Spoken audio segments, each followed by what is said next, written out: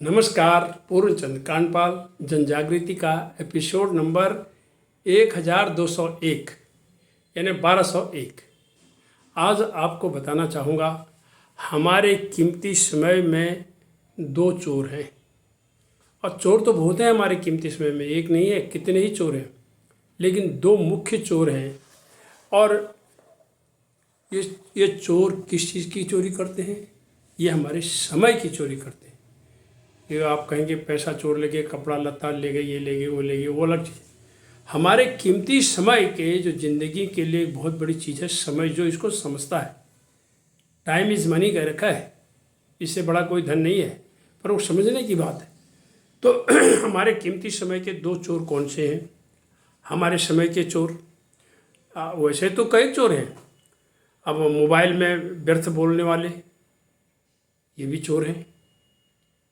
कोई काम की बात नहीं है, कुछ नहीं है, बस समय आपका पास हो रहा है, उनको भी मालूम नहीं है हमारा समय बर्बाद हो रहा है, इसमें हम बर्बादी कर रहे हैं। समय पास करने वाले हैं, हो जा रहा समय। फिर मोबाइल में अनर्गल रील देख रहे हैं, कुछ मीनिंग नहीं है उसका। मतलब देखो, कभी कोई जानवर दिखा देंगे, कभी कोई उल्टा पुल्टा उटपटांग काम करता हुआ दिखा देंगे। कोई कुछ तो मतलब है उसका, कुछ मतलब नहीं है। मतलब बेकार का मतलब है तो बस बेकार ही है, वो कुछ भी नहीं है। लेकिन हमारे कीमती समय में दो चोर ऐसे हैं जिनसे हम अनभिज्ञ हैं। इसके अलावा जो मैंने आपको बताया, इसके अलावा वो दो चोर ऐसे कौन से हैं? वो हैं क्या? बीते कल का अफसोस और आने वाले कल की चिंता में जो हमारा समय जाता है, उस पर आप देखिए क्या करते हैं हम। बीते हुए कल का अफसोस करते रह गए। उदाहरण के लिए, एक लड़का मैट्रिक का फॉर्म फेल हो गया, किसी परीक्षा में फेल हो गया।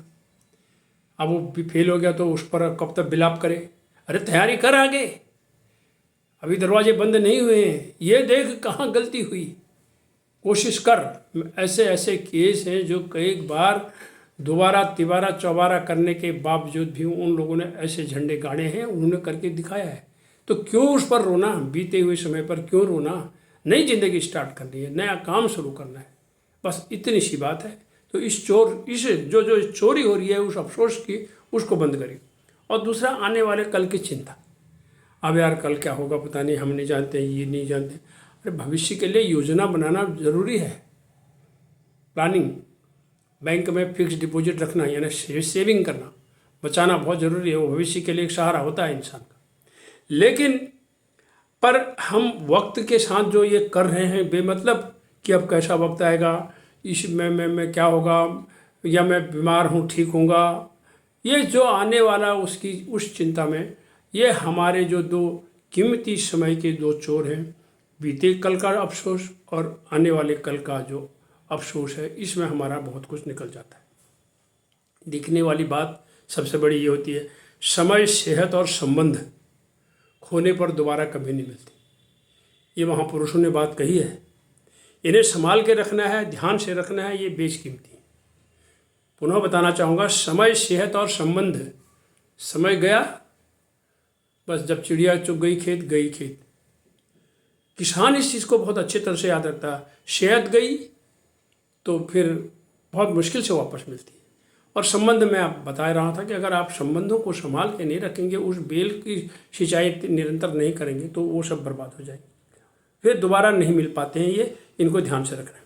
अब किसान की मैं बात कर रहा था, फसल के बारे में किसान को याद रहता है कब बुआई करनी है, बुआई के बाद कब सिंचाई, फिर गुड़ाई, फिर कटाई कब करनी है। एक दो दिन, दो चार दिन थोड़ा आगे पीछे हो जाए तो चलता है, लेकिन अगर ज़्यादा हुआ तो सब बर्बादी उसकी, वो कुछ नहीं करता समय। हालांकि फसल पर प्रकृति का पहरा भी है, क्योंकि फसल ज़मीन में है। बारिश, ओले, ये सब कुछ, अधिक वर्षा, ओले, तूफान झेलना, चोर, ये सब, आग, कई चीज़ें हैं। लेकिन इसके बावजूद भी वो डरता नहीं है, वो अपना काम करता है।